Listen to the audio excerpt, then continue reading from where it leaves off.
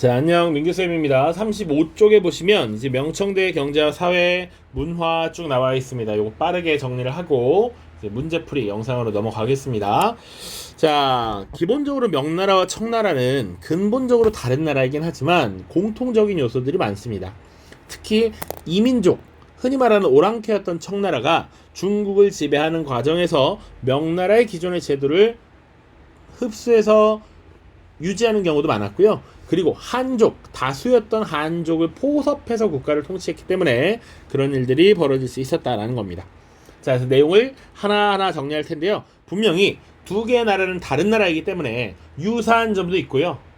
차이점도 분명하게 있습니다. 그걸 잘 구분하면서 보겠습니다. 자, 경제와 사회는 공통점이 참 많습니다. 지배층부터 보시죠. 지배층. 자, 지난 영상에서도 간단하게 언급을 했습니다. 청나라에서 국가를 통치하는 과정에서 사회 지배층인 신사층을 포섭했다 이런 얘기 했거든요. 신사층. 자, 그래서 신사가 뭔가 오른쪽에 쭉 써 있어요. 자, 여기서 신이라고 하는 건 우리 쉽게 신하라고 생각하면 돼. 황제의 신하들이야. 다만 현직 관료도 있고 전직 관료도 있습니다. 이들을 신이라고 부른다라고 생각하면 되고요. 사라는 건 주로 학위 소지자야. 우리 대학 졸업하면 학사, 대학원 졸업하면 석사, 박사 이렇게 얘기하죠. 그거 생각하시면 돼. 자, 그래서 전현직 관료가 있었고 학위 소지자들이 있었는데 이들이 명나라와 청나라 때 사회 지배층이 된다. 그럼 왜 학위 소지자가 지배층이 됐느냐? 보통은 학교를 졸업해야 학위를 가지는데 학교를 졸업해야만 과거 시험을 볼 수 있었어요. 다만 문제는 관직은 제한되어 있는데 청나라 때가 되면 특히 인구가 엄청나게 늘어나. 그러다 보니까 이들에게 모두 다 과거 시험을 봐서 관직을 줄 수 없단 말이지. 그러니까 이들의 불만을 누그러뜨리고 이들을 지배층으로 포섭하기 위해서 학위 소지자들도 나름의 특권 계층으로 인정하고 나름의 특권을 부여했다. 자, 그래서 보시면 이들의 특권이 나와 있습니다. 간단하게 노동력을 제공하는 요역을 면제받았다. 여기서 요역이란 노동력을 징발하는 것이었었는데 이 신사층은 그들을 특권 계층으로 인정해서 노동력으로 동원하지는 않았다라는 겁니다. 그리고 가벼운 범죄에 대해서는 면책 특권도 주었습니다. 그리고 대신 이들에게 사회 지배층으로서 이런 것들을 요구하게 됩니다. 조세를 징수하게 했고요. 백성들을 교화하고 치안을 유지하도록 했습니다. 자, 요 정도입니다. 신사계층. 자, 그리고 명나라와 청나라 때가 되면 유럽의 아메리카 지역에 새로운 작물들이 유입되기 시작합니다. 유럽의 신앙로 개척의 영향이었고요. 아메리카산 작물이 유입됩니다. 대표적인 것이 옥수수, 고구마, 감자, 담배, 땅콩 같은 경우가 되겠고요. 특히 앞에 있는 세 개는 우리가 흔히 구황작물이라고 얘기합니다. 척박한 환경에서도 굉장히 잘 자라고요. 이들은 열량이 높아서 가난에 시달리는 이 가난한 농민들을 구제하는 데 큰 도움이 되었습니다. 그래서 구황작물이 유입되면서 당시 인구 부양 능력이 크게 증대되었고 실제로 17세기, 18세기가 되면 청나라 인구가 급속도로 늘어나게 됩니다. 이것이 나중에 세금 제도의 변화에도 영향을 미칩니다. 자, 그리고 농사, 쌀 생산입니다. 자, 동아시아 문화권에서는 쌀을 주식으로 하는 게 가장 기본적이죠. 자, 이 당시에 쌀을 생산하던 지역이 주로 창장강 하류였습니다. 강의 하류는 수량이 풍부하고 그러다 보니까 물이 많으니까 농사를 짓기 좋았어요. 그래서 명나라 때가 되면 주로 창장강 중류까지 그 곡창지대가 올라갑니다. 그러니까 창장강 하류 지역은 원래 옛 송나라 때 농사를 짓는 곳이었다라고 생각하면 되는데 명나라 때는 창장강 중류 지역까지 쌀 생산지대가 곡창지대가 이동하게 되고요. 그리고 청나라 때가 되면 심지어 창장강 상류 지역까지 올라가게 돼.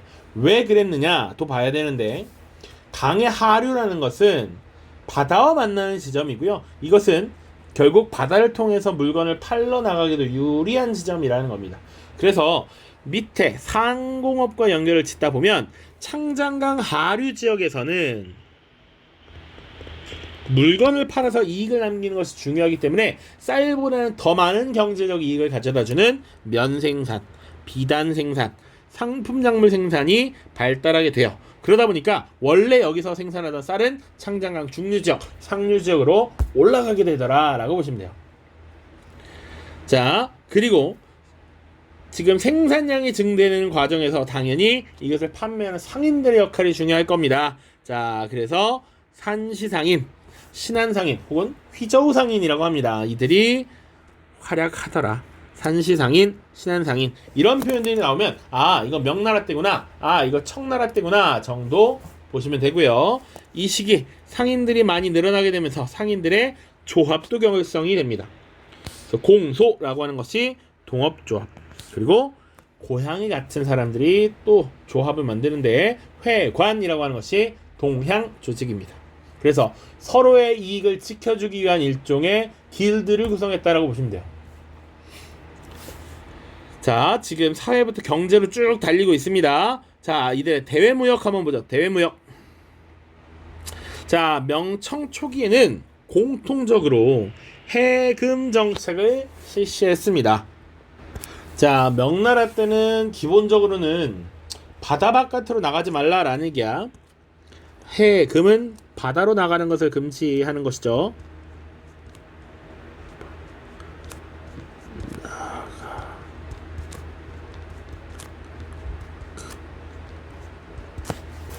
자, 기본적으로는 사실 주민들을 통제하고 해양 세력과 결탁해서 지금 해적이 되거나 반란을 일으키는 것을 막기 위함이었습니다. 그래서 명나라 때는 특히 정화라고 하는 인물을 파견해서 조공무역을 중심으로 대외교육을 실시했고 그 외에 사무역은 금지했다라고 보시면 됩니다. 청나라 때는 반청 세력, 정성공 세력이 있었기 때문에 그들을 막기 위함이 컸다. 그러나 둘 다 공통적으로 후기가 되면 이제 국가주도의 공무역이 쇠퇴하고 개개인이 상인들이 지금 장사를 하는 사무역이 증가하게 되더라 라고 하는 것이 특징이죠. 자, 그리고 나서 외부로부터 은이 많이 유입되게 됩니다. 특히나 16세기 이후에는 서양 세력과의 접촉이 늘어나게 되죠. 자, 이들이 은을 가지고 와서 중국의 비단, 도자기 이런 것들을 많이 사갑니다. 차 이런 것들. 그래서 명나라 때 일조편법, 청나라 때 지정은제 이런 것들이 다 은으로서 세금을 납부하도록 한 배경이 되기도 했다. 자, 그래서 중국과 서양과의 무역 보시면 대략 서양 세력들이 비단과 면직물, 차, 도자기 이런 것들을 사갔고 그리고 서양에서는 그 대가로 은을 지불했다라는 것이죠. 그러면 서양 세력은 왜 이렇게 은이 많았느냐도 봐야 되는데 이걸 조금만 더 얘기를 하면 당시에 이 아메리카 지역에서 그리고 일본 지역에서 어마어마한 은광이 발견됩니다. 자, 그 출처도 좀 기억을 할게요. 요거는 이제 동아시아사와도 연결이 될 겁니다.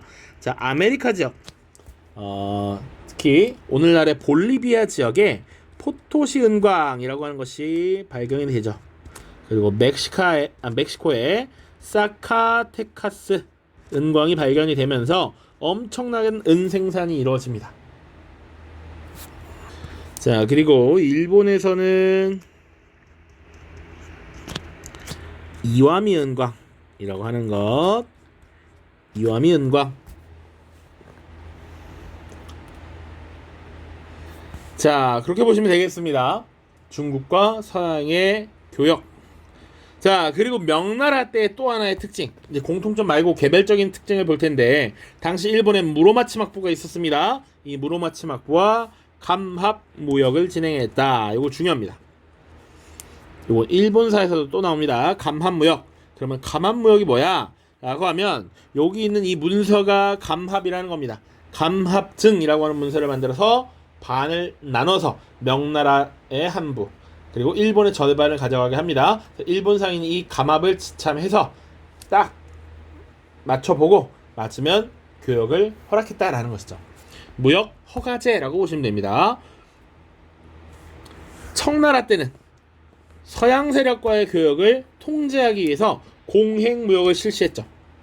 무역항을 광저우로 제한하는 광동무역 체제가 이루어졌다. 자, 그리고 각각 시행했던 조세제도 보시면 되죠. 명나라 일조편법이라고 하는 제도, 그리고 청나라는 지정은제가 있다 라고 지난 영상에서도 얘기를 했었습니다. 이렇게 조금 보시면 되겠다. 자, 혹시 모르니까 저번에 썼던 거지만 요런 무역 체제를 광동 무역 체제라고 한다.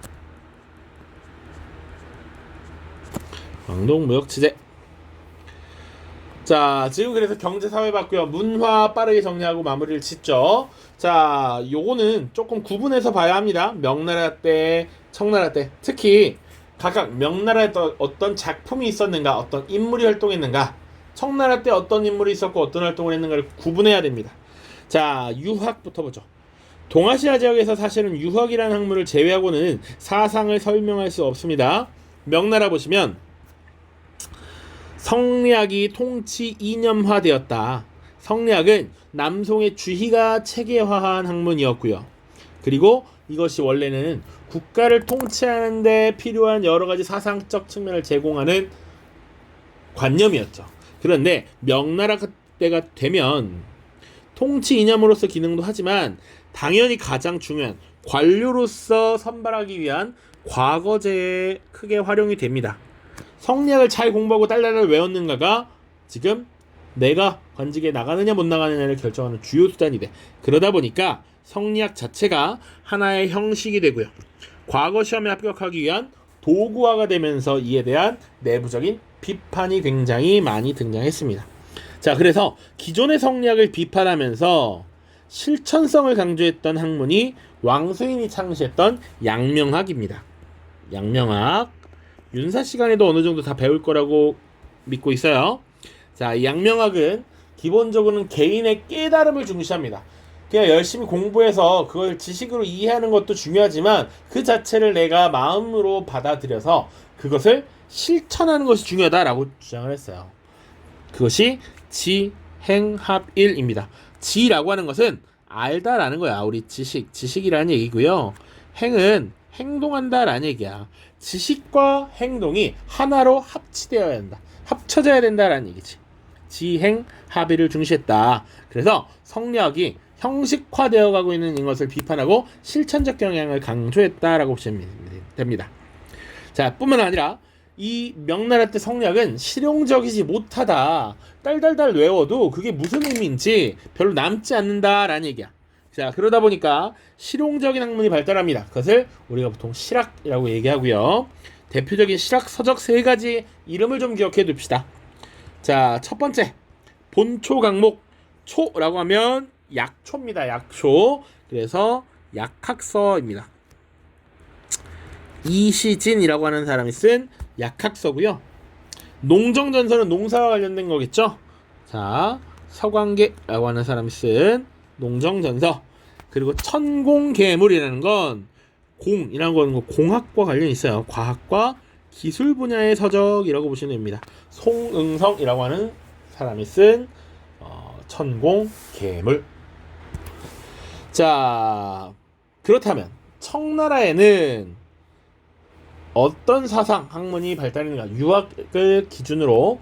자, 청나라의 사상적 통제가 있었죠. 기본적으로 이 한족 지식인들이 만주족을 비판하는 것을 검열하는 이런 모습이 나타났단 말이야.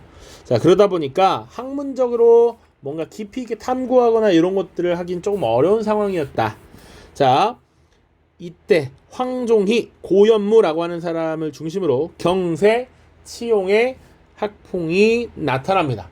여기서 경세, 치용이란 현실 세계에 도움이 되는 이라는 의미라고 보시면 돼요. 현실 세계에 이용 가치가 있는, 현실 세계에 도움이 되는, 현실 문제 해결에 쓸모가 있는 이라고 생각하시면 돼요. 자, 경세, 치용의 학풍이 주장되었다. 자, 또 보면 요렇게 볼 수도 있죠. 청나라의 사상적 통제에 뭐가 있었니? 라고 하면 문자욕이라는 게 있었다라고 얘기할 수 있는 것이죠. 문자욕 요 정도. 자, 그래서 발달한 유학 보시면 기본적으로 고증학이 발달합니다. 과거에 남겨진 여러 문서들, 글들을 해석하기 위한 옛 것을 증명한다라고 보시면 돼. 고증학.